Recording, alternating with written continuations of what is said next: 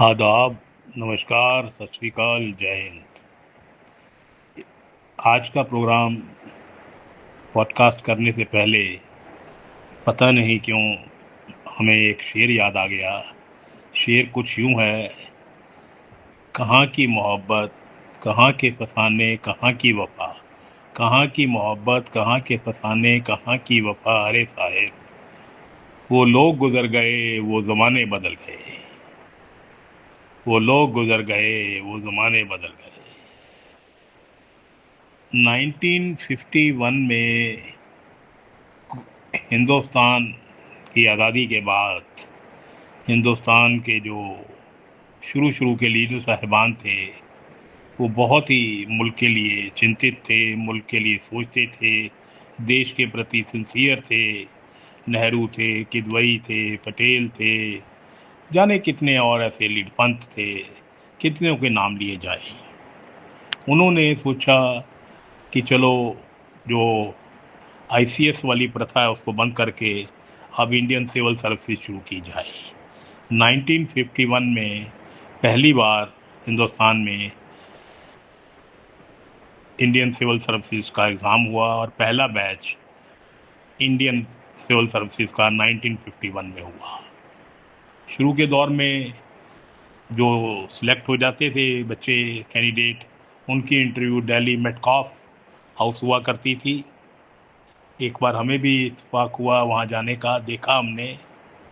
बाद में होते होते, शिफ्ट होते होते आजकल मसूरी आ गई है, जिसको लाल बहादुर शास्त्री एकेडमी कहा जाता है।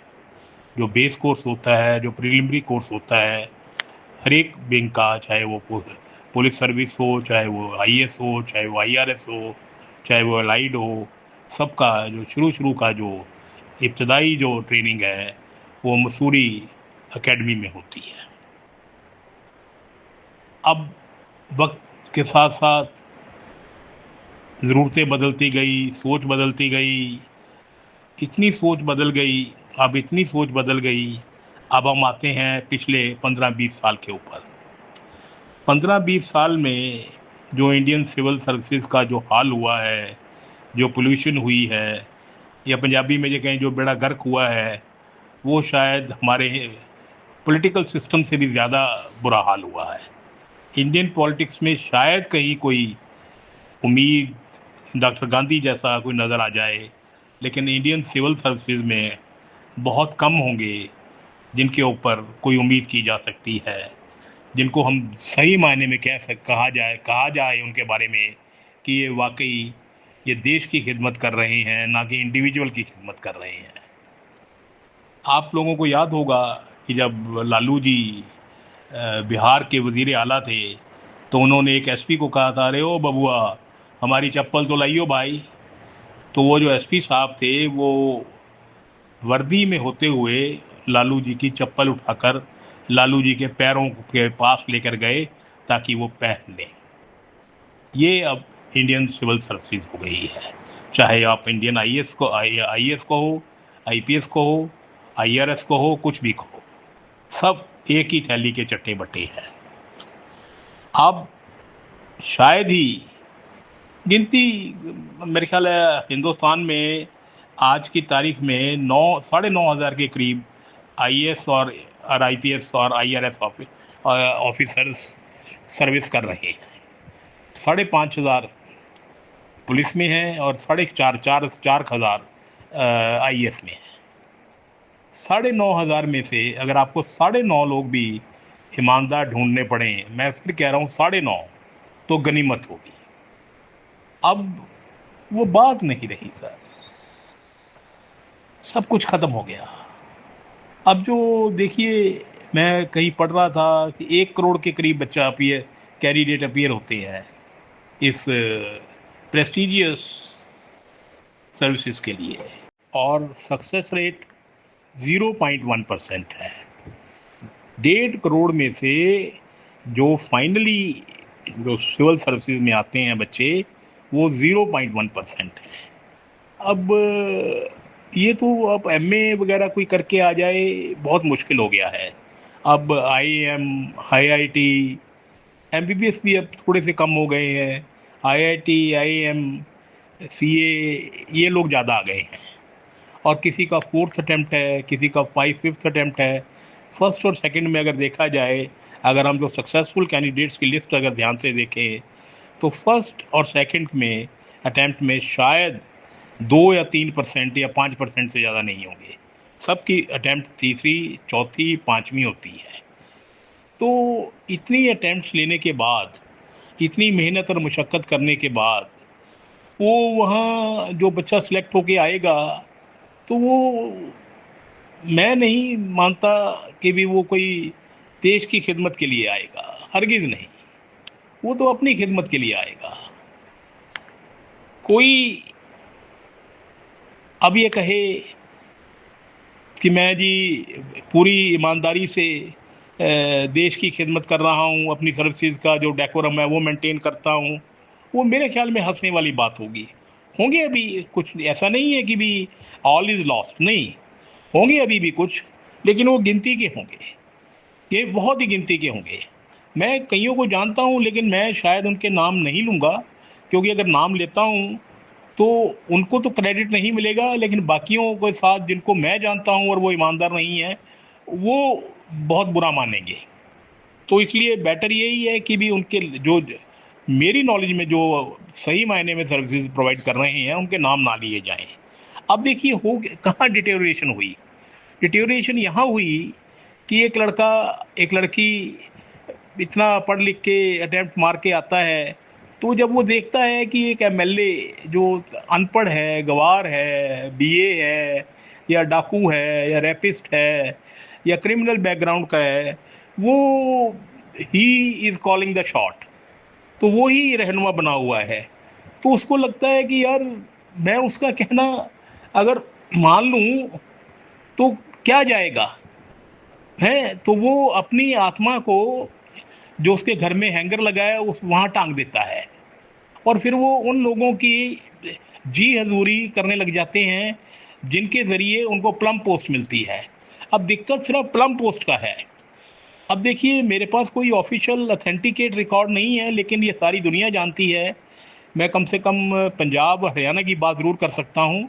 बाकी स्टेट्स में भी शायद यही होगा, मेरे को पक्का नहीं है, कि जो डीसी या एसएसपी लगते हैं, अगर वो ईमानदार हैं, अगर डीसी और एसएसपी पंजाब में ईमानदार है, फिर भी ईमानदारी से उसके घर में 2-4 करोड़ रुपया साल का आना मामूली बात है। क्योंकि जो उसके डिस्ट्रिक्ट में ग्रांट्स रिलीज होनी है, जो भी डेवलपमेंट फंड होना है, सड़क बननी है, पुल बनने हैं, हॉस्पिटल बनने हैं, कुछ स्कूल बनने हैं, उन सब में उनका एक फिक्स रेशो तय है। मैं चैलेंज करता हूं, अगर कोई आईएएस मेरी बात को काट सके, then I'm ready to face any punishment which he or she decides to give me if I'm wrong. इसका कोई ऑफिशियल रिकॉर्ड नहीं है, उनकी आत्मा रिकॉर्ड है। क्यों हर एक लड़का या लड़की डीसी या एसएसपी लगना चाहता है? मैं सवाल ये पूछता हूँ। ये जो सेंटर वाले हैं, खान साहब हैं, या और जितने हैं अच्छे लोग हैं, ये जब इनको ट्रेनिंग देते हैं, तो ये नहीं बता कि वो क्यों नहीं इनको अच्छे संस्कार देते। वो क्यों नहीं इनको ये बताते कि आपने जाकर वहाँ, आपको वहाँ जाकर इतनी लोअरमेंट मिलेगी, इतना कमीशन मिलेगा। इसलिए आपको इन बातों से बचकर रहना है। क्यों कोई डीसी या एसएसपी लगकर एक बेवकूफ़ से एमएलए, एक बेवकूफ़ से मंत्री के इशारों पर ऐसे नाचता है कि जैसे कोई मदारी अपने बंदर को नचा रहा है। उसके लिए आवाम का कोई मतलब नहीं, जनता उसके लिए कीड़े मकोड़े है। उनको ट्रेनिंग ऐसी है कि वो जनता को कीड़े मकोड़े समझते हैं, और उनके लिए सिर्फ एक ही असूल है, एक ही उद्देश्य है कि जो हमारा बॉस है, बॉस मतलब एमएलए और मंत्री, वो उस डिस्ट्रिक्ट का, उसके इशारों पर नाचिए। वो अगर दिन को रात कहे रात कहिए, रात को दिन कहे तो दिन कहिए। तो ये सिस्टम हो चुका है। अच्छा, एक बात और मैं पूछता हूँ, आज तक हमारी जनता ने पंजाब की या हरियाणा की या हिमाचल की किसी बंदे ने आज तक कभी पिछले 20 साल में किसी ज़िले के डीसी या एसएसपी या डीआईजी या कमिश्नर या सेशन जज साहब को या उसकी बीवी को सब्जी खरीदते, फल खरीदते या घर का सामान खरीदते देखा है? कभी? कभी नहीं।